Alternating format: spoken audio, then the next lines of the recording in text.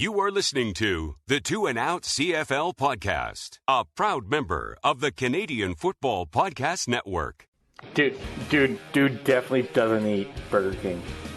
Yeah, that's true. I'd rather have my body in Burger King than his body and no Burger King.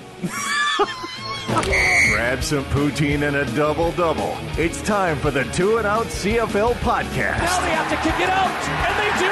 Every week, Travis Currah. Does anybody still care about this podcast? And Brazilian Ty. Hunters are people too. Talk fantasy football, bring you the latest in CFL news, and sprinkle in a little bit of nonsense. Are you kidding? This is unbelievable! Ready, set, hunt! We are a part of the Alberta Podcast Network, locally grown, community supported. I'm Travis Currah. Brazilian Ty is here, and Ty, I'm just going to say it right now, we're back for another season. Yeah, you poor bastards. I don't understand how people continually download us week after week. Now, it honestly just goes to show, like, that people are sheep. If one person does it, everybody's going to do it, right? So Friday, Saturday, we start seeing players arrive at stadiums, and I knew I missed it. And half the league showed up in Toronto. I didn't know how much I missed it. Man, I don't even know how to do this anymore. I don't know how this season is gonna go. This feels like new territory, but it feels like the same old or something familiar, all in the same place. Usually, I got something witty or Ty eating ketchup off the floor or whatever. Don't worry, I got something witty. Don't worry, like I got you covered. But man, I hope I got what it takes for a season. We're back, and I think we'll get into the groove. But it's been a long haul of trying to fill half an hour, 45 minutes to an hour, and now we can finally talk about football stuff. And I hope that it's still cool. Now, that's my emotional and real start to the show. What's your witty start to the show? Well, so we haven't had football since November of 2019. CFL football. Yeah. So we haven't had to recap games for an entire season. Yeah. It's almost like we had a year off. It's almost like the podcast is starting all over again. It is. That's what it feels except like. This time you actually have somebody who's committed, will show up on time, and isn't just trying to finagle their way into another media job. Two and Out has been washed of its sins, and it's starting clean right now. Preach. This episode of Two and Out is brought to you by the Calgary Foundation, proudly supporting community needs for 65 years.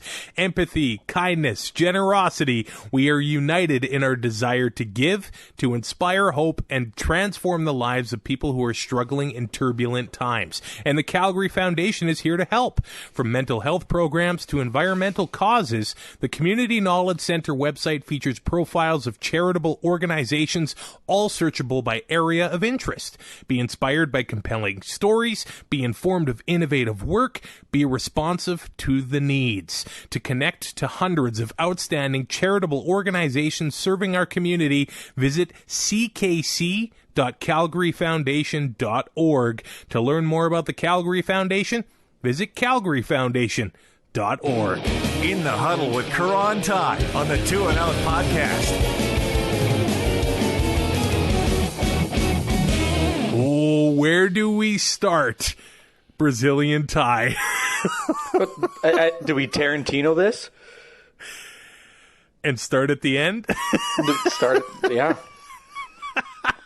I don't know. Okay. It's we're talking about CFL players being on the field for the first time, since November 2019. With that, and before training camp ever started, it was announced that the CFL and XFL have ended their talks. I guess it was mutual. Yeah, I've used that before. That's what you say when you don't want to be embarrassed. Yeah, no, yeah, it was totally mutual. Yeah. I'm going to say that thing is over for now. This is exactly how I saw it going, so I was never worried. I don't know if that's over for good or what. As far as the XFL goes, they say they're committed to international spring football starting in 2023. That brings us to the next point. Now, Ty, I know your point of view here is that MLSE has the Argos there, and the money that they lose on that team is basically an accounting error. Yeah, but, like if that was if their accounting error on the Argos was my account, I probably wouldn't be doing the show with you. Right. But it's not a charity. They're not in the business of losing money, and it is known but yet that they own sports teams. Yeah, I know. That helps when you got the dumbest fan base in the NHL still funneling money into there. So, that was I'm not even going to argue with you. No, I don't even care. Don't even care. I love it. Sorry, Leafs fans. No, you're not. Or you wouldn't have said it. Are they committed to the CFL past 2021 or 2022? That's hard to say. Like you said, they're not in the business of losing money. Well, how do you become – if you're a billionaire, there's one easy way to become a millionaire, and that's buy a sports franchise. The only way you're ever going to – I shouldn't say the only way, but the majority of teams, the only way you make money is when you sell them. Right. Right. It's such a crapshoot. It can't – various, rumor mills and everything have spit out that, they want the MLS model. Where, teams, or not teams, but players negotiate with the league on contracts and all that stuff. And I just don't see that. I could see that happening at somewhere down the road, but I just don't see it totally turning a 180 in, a year or two and, bending to the whim of MLSE. Yeah, it's great that, a stable ownership group is in Toronto, and we've said before that this league needs the Argos in order to survive. And I know it sounds weird considering what they do for attendance and everything, but it's still Canada's biggest market. That being said, people have, they cry for new ownership, and then when they do get a new owner, well, not those guys. So what do you want? But if they're just bankrolling the thing. If they're just bankrolling the thing, that's not good for the Argos either. No, like they have so many opportunities for marketing and everything with MLSE and what comes with that. That they can't just be the Brazilian tie of the CFL like I am for the podcast, right? I've had a month off, man. I'm full of them. When Braley owned the team and they didn't really commit to marketing or anything like that. Yeah, they had the pocketbooks, but it's not what the Argos needed. So if they're not going to be committed, that's not good for those fans either. And I think it needs to be communicated to the city that they are committed, because if they aren't, how do they create excitement and sell tickets and get people into the BMO field? That's such a great place to watch a football game. It's just a shame. And everybody's, ranting and raving about the roster coming into training camp. That doesn't mean anything for the regular season. Like, come cutdown day, a lot of those guys are going to be on other teams. So that's not the end. Like, yeah, you can bring in the big names and the free agency and try to build some Canadian talent through the draft. But until they've committed to this long term, I know they own the team, and nobody comes in saying they're only going to owe it for 2 years and flip it. This isn't a house. But it just seems like they're just a bankroll right now and not really into this unless the CFL changes the way they've run for over 100 years. Well, now the CFL is back, and they can't just do things the way they've always done them. We know that MLSE was big on bringing Gary Stern to the Alouettes in this thing, and he has said that the league could adopt revenue sharing by the end of the season. I really like Gary Stern. He seems to kind of shoot from the hip a little bit. He doesn't hide things when he's asked questions in the media. So I'm sure the CFL head office loves that. Yeah, I guarantee they do. So maybe wheels are turning behind the scenes, because you're right. The central ownership model, I think that would work for the CFL, but there are a lot of deep pockets involved, and with that comes egos. And do some guys want to give up the franchises? And I think the community-owned franchises, they have a lot of power, because that's Winnipeg, Saskatchewan, and Edmonton, three of the best, most well-supported franchises in the CFL. They have power. Don't kid yourself. And with revenue sharing, that does allow for teams that are going to operate at larger losses to maybe cut losses. They're probably not going to get rid of, their entire deficit in a year, or operating deficit in a year. But I mean, if you can go from, losing, let's say $1 million, as an example, but to go down to losing $200,000, well, that's going to change the way that you can make decisions. I don't think that it would be that drastic. But I mean, any little bit helps, especially after losing an entire season. I think, the model, I don't want to call it broken, but there is room for improvement when it comes to CFL, when it comes to the financial side. And I mean, that could probably be said for a couple of the big market, or not big market, the big professional sports leagues, to some extent at some point. Maybe not the NFL, because they're a juggernaut, or the NBA, because, with the TV revenue stuff they bring in. But I mean, this league, they're gate driven, and we've beaten that dead horse, since this show started. And it's one of those things where these teams aren't operating at huge profits, and whatever profit they do get seems to have to be pumped back in, because it's either got to pay off stadium stuff, it gets put back into the team for other improvements and stuff like that. It's just not something where it's just a be-all end-all. These owners, they might have deep pockets, but it's nothing like we see in the other leagues. Now it's time for fans to put money where their mouth is. Buy that extra T-shirt, buy that ticket, as long as you feel comfortable in the stands, and if you're allowed in the stands. I know if your team is even going to be playing home games in August. Yeah. We're in the wild, wild west. So, we're open for business for now. So we'll see how that goes.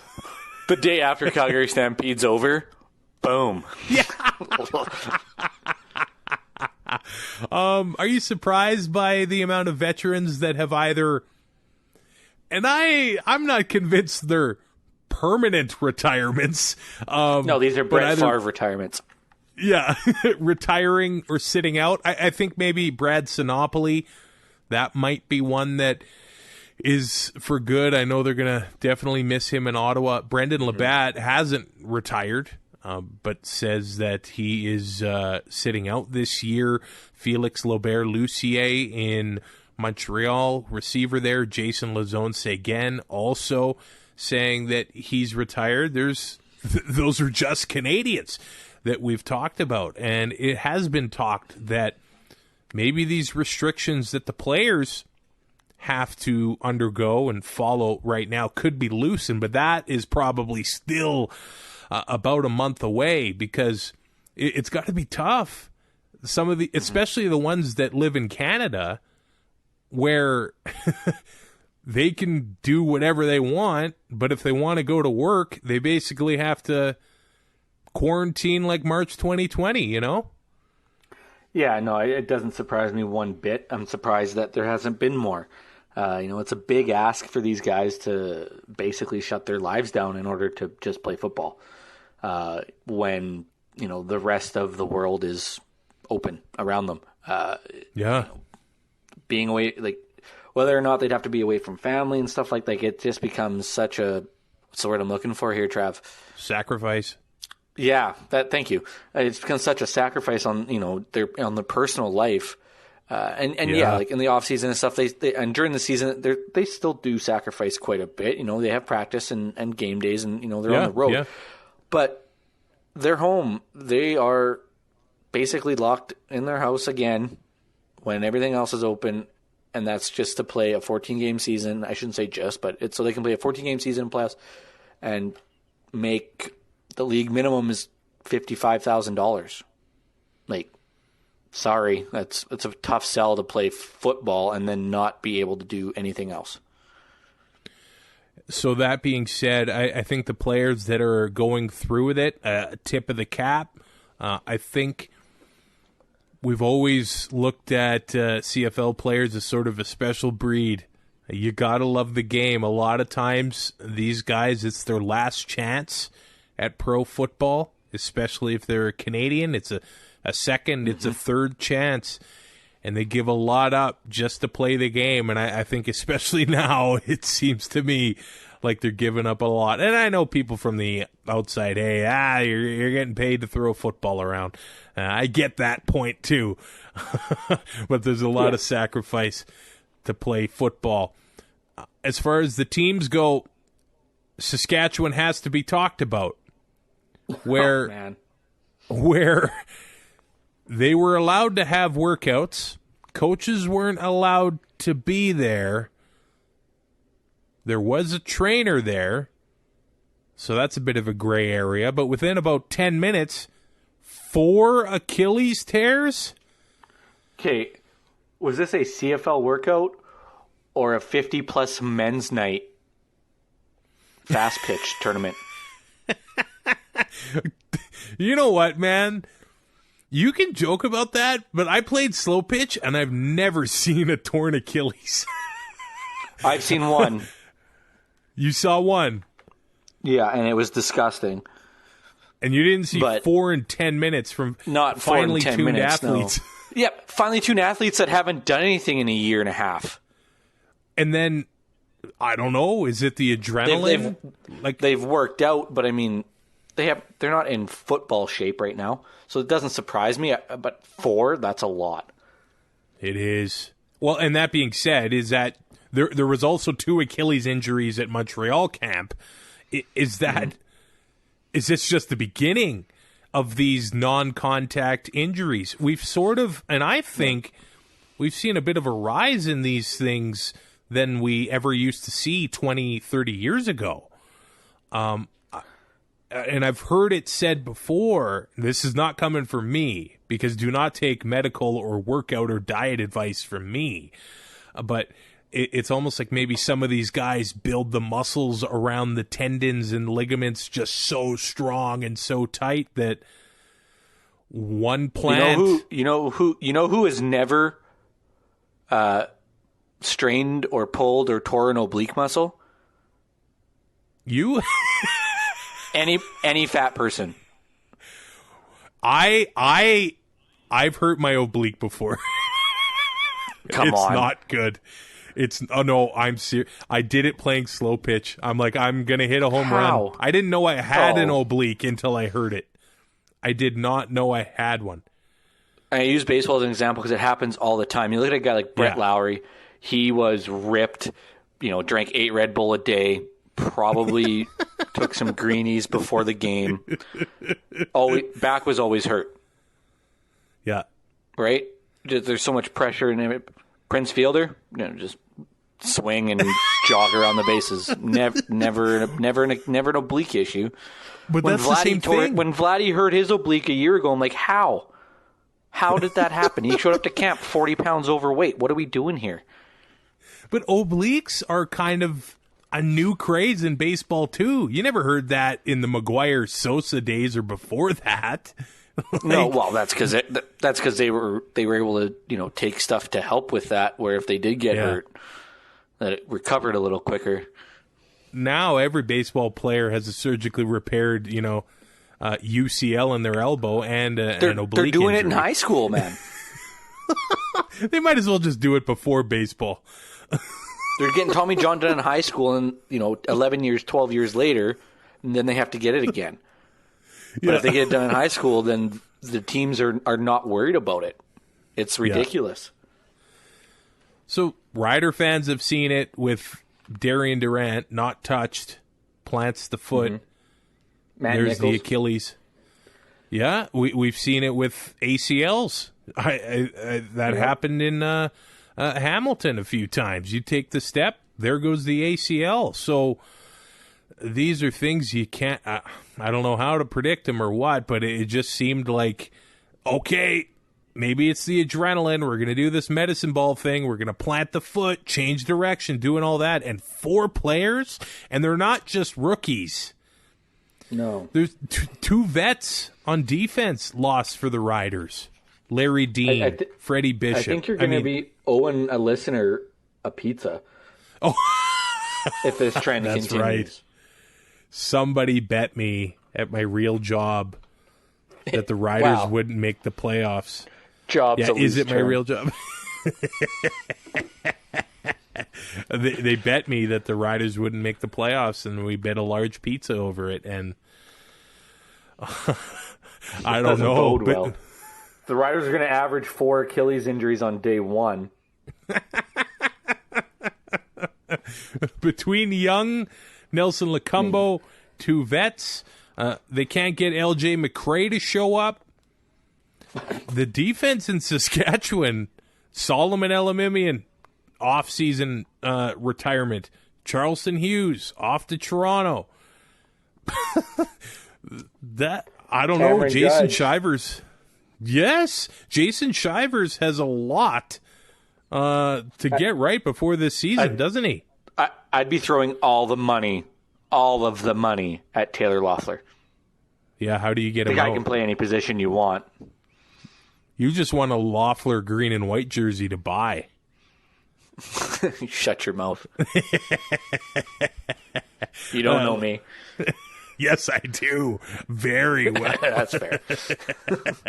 Okay, let's go to the next 2 teams that were in the 2019 Grey Cup. Hamilton and Winnipeg. I don't know how much these guys have to worry about going into camp. It's basically staying healthy, I think. But Hamilton's quarterback situation is really intriguing, isn't it? Because if we played in 2020, Jeremiah Mazzoli's a bit of a question mark because of the knee. Yeah.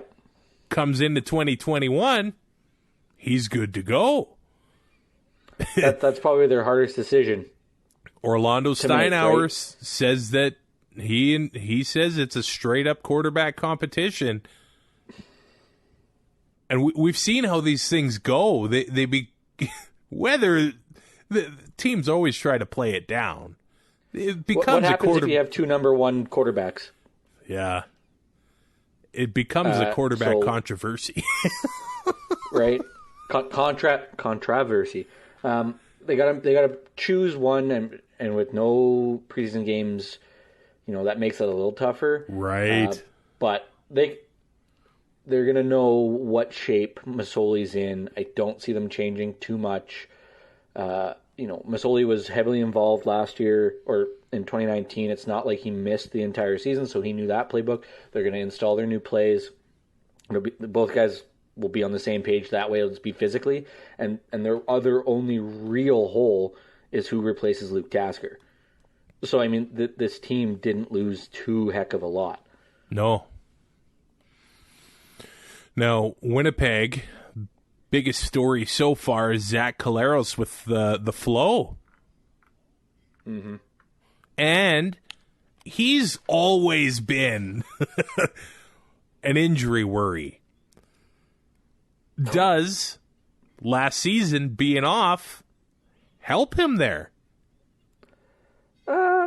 Depends on what I don't think a year off is going to save him from another concussion. Yeah, it gives his body time to heal.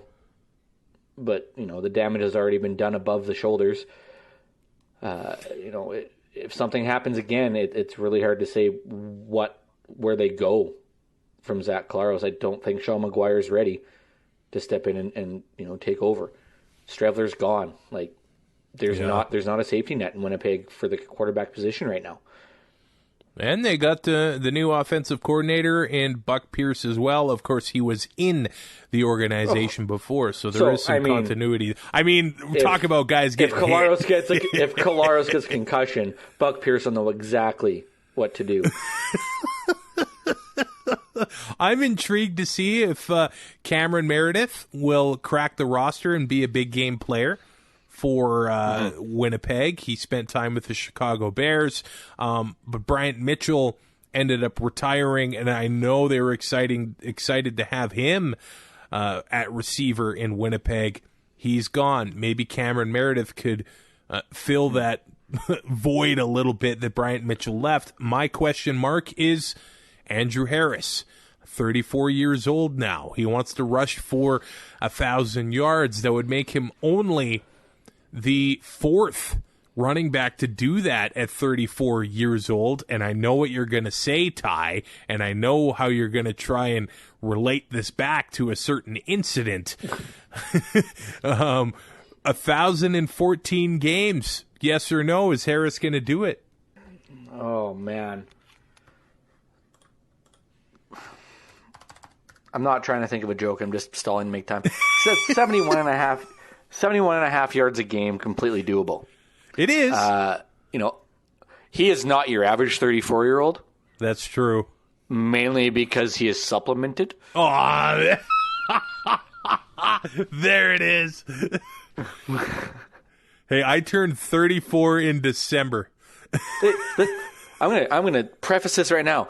I am convinced that every professional athlete does some kind of PED. They're just way better at hiding it than the leagues are at finding it. Right. So I'm just going to put that on the table. It's not going to be that crazy of a season. In all reality, when you look back at, the seasons he's had, I think he's hit 1,000 yards in like game 14, 15, around that area anyway, which is easy to do when Matt Nichols is your quarterback. Well, I can't see the Winnipeg offense being that different than the one we've gotten to know. No, I don't know how it could be. Yeah, so they're going to rely on it. It's really just if he can still handle the workload, right? The workload. Yeah, 100%. And if he's able to stay healthy and they're able to spell him a little bit more during the game and maybe take some of the workload away, but he can still put up that production, I feel, because he is big. And he's the problem with that is that he's a very physical runner, right? So he does take a lot of beating. But with the O-line they have there, when they have somebody like Andrew Harris, I totally see him going 1,000. I don't think we see 1,000. I think that's off the table this year. Yeah. I think that's probably done now. If we haven't seen it yet, we're not going to see it. But yeah, I don't see an issue with him getting 1,000. And if he doesn't, I think he's going to be in the 900s. He's not going to be that far off. And just to touch on Cameron Meredith, 2016, 66 catches, 888 yards, and 4 touchdowns. So, that was a pretty serviceable year. So if he can recreate that kind of season in Winnipeg, it might be tough with the offensive scheme there, but, it gives him another weapon if that's what he is. Okay, we know Chicago quarterbacks have been in adventure. Who was the quarterback that season? 2016. Would that have been? It was it was Jay Cutler's last year in Chicago. So look at that. If you can, he only started 5 games though. Oh, okay. 888 yards with Brian Hoyer and Matt Barkley as your quarterbacks. He did pretty well. Come on. Oh, let's go to the Elks. I think the biggest question here is the offensive line, isn't it? Yeah, probably. It's going to be a bit of a patchwork. They lose veteran Colin Kelly with a pec injury. What are those? What are pecs? Well, I mean, we have them, but they're there somewhere. Ours need to go in a bro. Another veteran, Tommy Draheim, informs them he'll retire. Derek Dennis stepping away from the game for a year, taking care of his family. They do end up bringing Thaddeus Coleman back to Edmonton, but that is going to be a position group that is going to be the one that I think fans are going to have to watch a little bit in Edmonton to start the season. Yeah. I mean, they got that shiny quarterback that's got, the 8-pack behind center, so they want to keep care of him, don't they? Yeah, because that's natural. I'm real cynical right now. I just hear jealousy in your voice talking about our terrible excuses for pecs, and a pro football player gets a year and a half to work hard on his craft and his body, and supplements. dude definitely doesn't eat Burger King. Yeah, that's true. I'd rather have my body in Burger King than his body and no Burger King. There's the trade.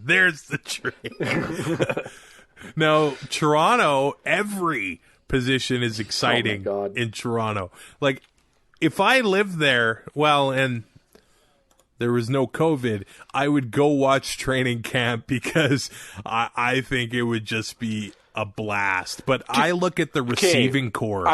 We got to preface that before you go any further, because it would take you 2.5 hours to get to the stadium to go to practice, because you wouldn't be living where it would be easy to get to the stadium on a radio salary. Well, I might be living under a bridge. You're not Bob McCowan. You're not Bob McCowan.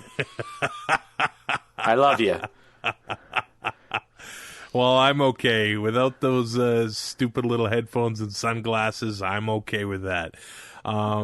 So I look at that receiving core. How dare you? And I see, wow, Jawan Breskison, Ricky Collins Jr. comes out of retirement. I listened to him on the Turf District podcast talking about his whole career. He's done all this. Turns out he never handed in his papers. I guess the Argos call him and he goes, yeah, that looks like fun. DeVaris Daniels. I'd love to come in and get cut. Yeah. DeVaris Daniels, Eric Rogers, Levi Noel, Chandler Worthy, Terrell Singfield back in Toronto and the CFL. And here's the thing. We've got Mr.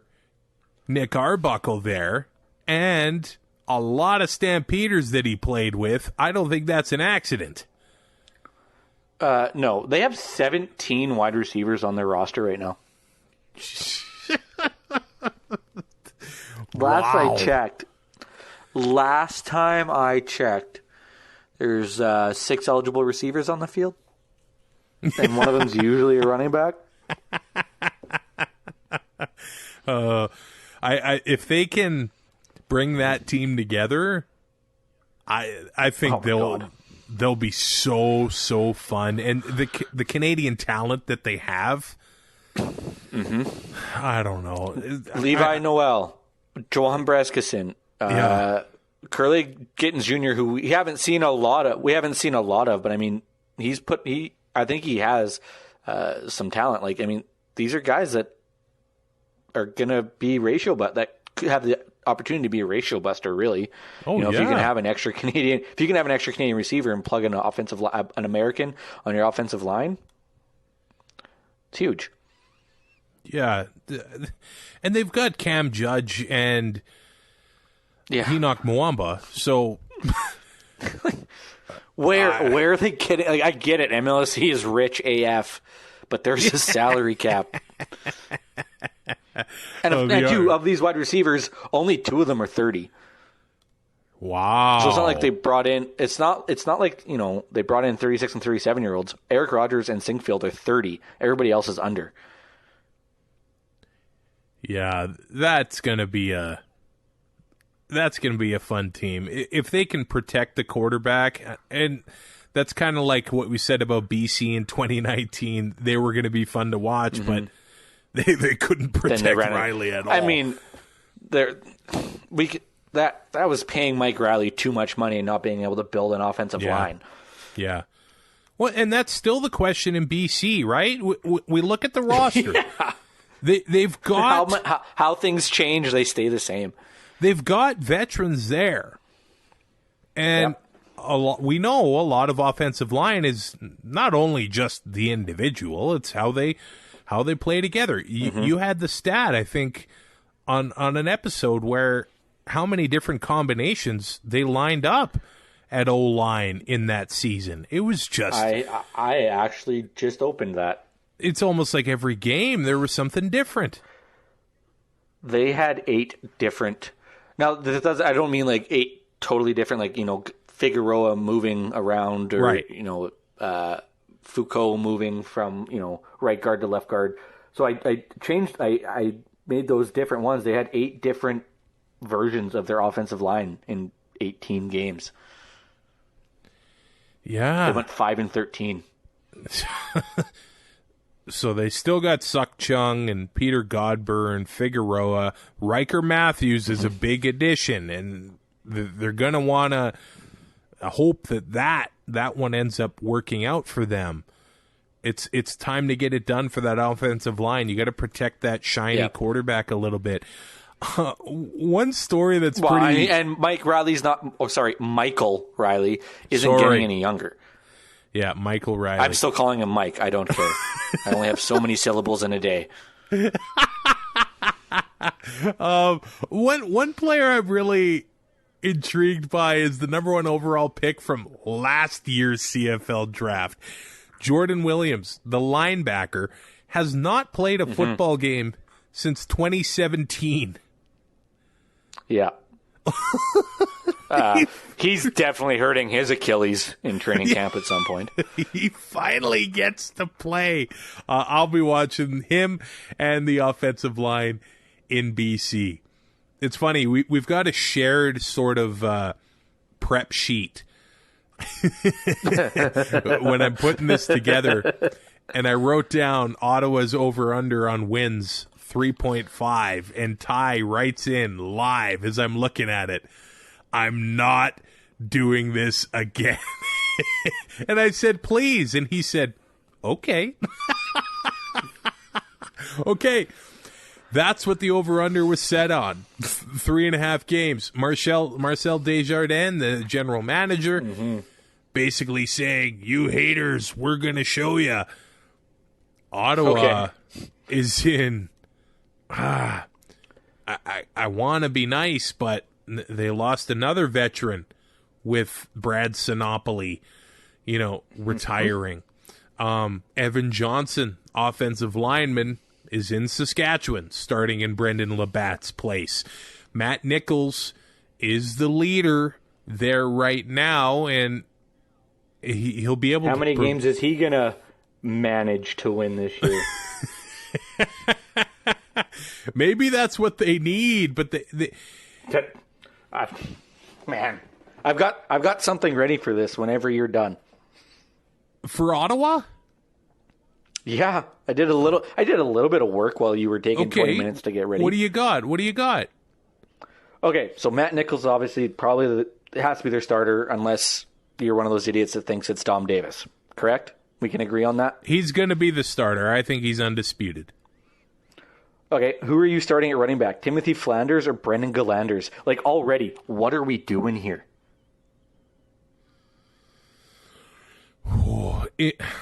We've seen Flanders do things with Winnipeg before, and you got to think that that's why he was brought in, because of Paul LaPolice, but I like the way Galanders runs. He's the Canadian. I mean, I know what you're saying. I know where you're going with it. Unproven commodities. Yeah, you're right there. They're both unproven as the starting running back for a team. Okay. Nate Behar, Devontae Dedman, RJ Harris, Daniel Peterman, and Anthony Coombs. Anybody there scare you? Does anybody there scare you? Deadman. I'm just going to say Deadman on special teams in 2019, but Coombs is a bit of a Swiss Army knife. RJ Harris is a good receiver, but Nichols is going to be able to, or going to have to get him the ball. Stretch the, defense, we got, Marabere, Sherrod Baltimore, Mike Alway, Avery Williams, Avery Ellis. They're going to hit hard. Yeah, they will, yeah. What do Cleon Lang, Abdul Kane, Antoine Pruneau, Don Unamba, Frank Beltre, and Devon Coleman all have in common? Ooh, what do they have in common? They're all on the wrong side of 30.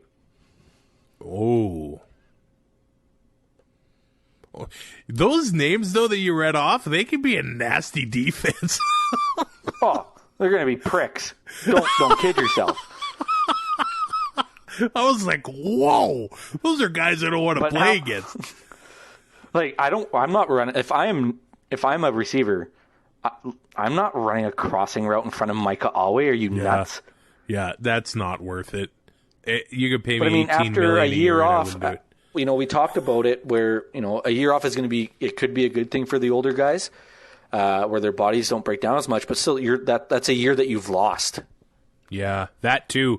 Like Nichols is 34 now. Yeah. But I mean, I just don't see their defense. I could see their defense keeping them in games. They'll be scrappy, I think. But I don't see their offense doing much. Yeah, I can't see the offense putting up basically, 30 a game. No. I mean, they might only have, they could win games, 25-21 every week. Not going to happen. Your defense can keep you in games, but they're not going to win you every game. But I mean, look at the excitement going on in the rest of their division. Yep.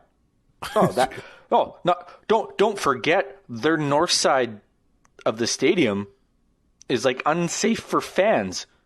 So everything is just going swimmingly in Ottawa right now.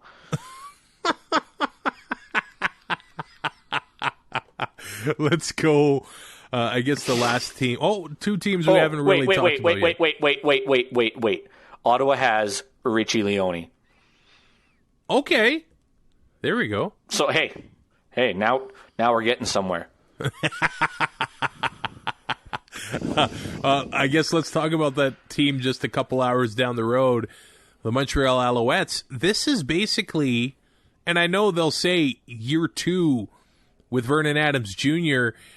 Starting for this team, but in 2019 he had to fight for that. Yeah. Now he doesn't. We go into this season knowing that he's the guy. Another season with Kahari Jones, and I know they've already lost a handful of players to retirements. There were the couple Achilles injuries; those are unfortunate as well. But I truly believe that Vernon Adams Jr. has the talent to be an MOP in the CFL, and full-heartedly agree. Maybe he gets to prove it, and now that we know that this is his team in Montreal, I was just so excited to watch that team in 2019. I mean, they were just one of the funnest teams to watch. Not only because they were so fun to watch, and Kahari Jones on the sideline never disappoints. It seems. Yeah. His air guitar needs a little bit of work, but that's what training camp is for. They got, not only that, their jerseys are unreal. I love them. I'll say that right now. And I know that makes it sound like I just picked my favorite team because I like the color. No, those are slick. It doesn't hurt the fact that I enjoy watching them. He's got Vernon Adams Jr. has an entire camp with the number ones this year. It's not going to take him a game or two, like you see when a guy has to come in mid-season, to get a full playbook where guys will come in and they get maybe 15 plays to work with and variations of them. He's going to have a full playbook, the full complement. He's going to have the chemistry that he's worked on, that he already kind of had, and now that he can work on more and get new chemistry with guys through camp, and I think they're going to come out flying when the season gets going. He's still only 28. William Stanback's back. He's only 27. And you've still got B.J. Cunningham, Eugene Lewis, Mario Alford in the receiving core. And I think there's a nice opening for a Canadian. Well, and Naaman Roosevelt. Like Rashawn Simonize? That's what I mean. I was listening to the Alouettes Flight Deck, a part of the Canadian Football Podcast Network. Simonize is back. Chris Osikusi, I'm looking forward to seeing him. He's only 23, and I know the draft Lucier picked the wrong year to sit out. Maybe he didn't want to lose to those guys. Nah, that was also you can't lose if you never compete. Yes, that's true. And Naaman Roosevelt, we'll see if he can still be a leader and a contributor in Montreal. He's only 33, but we've seen the years that he had in Saskatchewan. So I want to see if Rashawn Simonize can emerge as a Canadian threat. I didn't even mention Jake Weineke. He's only 26 years old, and he was a touchdown machine in 2019. Yeah. Even listening to their games on the radio was fun because they're exciting. They just play an exciting brand of football. Yeah. And it's one of the teams, and I didn't start or anything, but it's just a mental note that, Montreal, I just don't see them finishing lower than second in the East. They're just one of those teams that I pretty much watch every game as it is, but I'm really excited to watch Montreal get on the field, and especially now with Vernon Adams having that full camp. Like I said, it's like that. I just don't see how they got worse. Yeah, I only see upside to this. Lastly, let's mention the Calgary Stampeders here, where we find out if John Huffnagel still has what it takes, and at this point in time, I see no reason to doubt the guy. There's going to be a lot of unfamiliar names. I think in the roster in Calgary, I love following Danny Austin on the Stampeders beat on Twitter. He's mentioning that Jameer Thurman could be lining up at running or linebacker. I mean, he could be the middle linebacker or weak side. I mean, he's back from the NFL. He's going to be fun to watch, and there's going to be some new receivers that Bo Levi Mitchell will have to get up to speed with. But a couple guys that started shouldn't to come be too hard for him. Yeah, so they started to come on towards the end of 2019. Markeith Ambles. I think if he stays healthy, he could be a 1,000-yard guy. Josh Huff, we're watching. Kamar Jordan is back.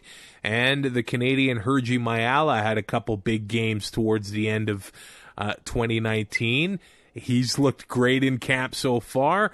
He's only 25. I'm looking forward to seeing what he can do. I actually think there's some Canadian receivers this year. And I think... I don't know. Maybe it's between Herji Mayala and maybe Lamar Durant in BC, who's going to lead the league. But I'd like to see a couple Canadians get 1,000 yards this year. I think that would be huge. Yeah. We always talk about the guy. We talk about the guys who get 1,000 yards a lot more than not, right? And to have Canadians on top of that list, especially with the last couple of years with people bitching about the ratio and what should we do with it and yada, yada, yada. A couple Canadian guys can have, I don't want to call them breakout years, but, 1,000-yard season is nothing to shake a stick at. That can only help the game. And to get back to Jameer Thurman, 2018, the last time he played in the CFL, he was 8th in the league in tackles, and Singleton was 1st.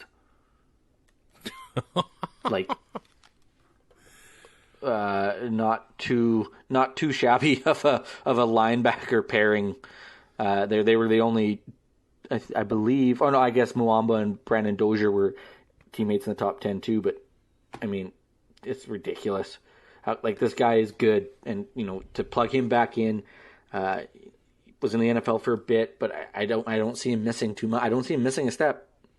It's not like he wasn't playing for those 2 years. Whether he's on a practice roster or not, I mean, he's still getting reps. 75th anniversary of the Stampeders this year. I thought those red and whites were pretty slick. I like the throwbacks without the black accents, just the red and white, even in Saskatchewan. Just the green and white. We don't need the black in there. Sometimes it looks all right, but the black jerseys were the best. When the jersey was black, but I mean, you're sitting on that east side in Regina. Yeah, you cook where. Yeah. Can somebody tell me why they didn't just turn the stadium, 90 degrees? Because football's a north-south game, unless you're in Lloyd, and you play at Armstrong Field, so that when you're going east or when you're going west on offense, you can't see your receivers. Yeah, I guess it's not an east-west game. You're right. Teams have tried. No, I honestly don't know why it's like that. Yeah, I'll just wear my sunglasses. This episode of Two and Out is brought to you by Park Power, your friendly local utilities provider in Alberta, offering internet, electricity, and natural gas with low rates, awesome service, and profit sharing with local charities. In Alberta, you get to choose who you buy your internet, electricity, and natural gas from. So if you choose Park Power, you're choosing a positive local business. Plus, Park Power shares its profits with local not-for-profits that are working to make a difference for their communities. Shopping local is very important to Park Power's owner, Chris Kozowski, and we love local here at the Alberta Podcast Network, so it's a great fit. Learn more at parkpower.ca. I just want to mention these at the end of the show. Michael Souls passing away, played at McGill, played for Montreal, played for Edmonton as well. He actually won a Vanier Cup with McGill. I think the only one they've ever won. Played in the CFL for 11 years, but passed away after a 16-year battle with ALS, 54 years old. They gave a very nice tribute to Michael Souls on the Alouettes Flight Deck podcast. I suggest checking that out because Cliffy D, he went to the same high school. He went to the same university.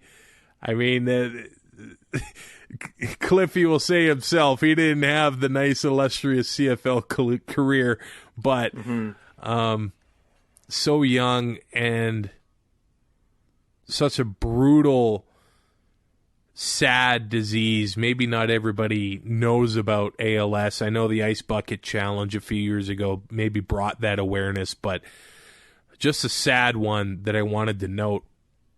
And I also want to note that the CFL has lost a great fan in the last couple weeks named Brian Edwards. And you might know him on Twitter. I guess he went by the Elkinator. Mm-hmm.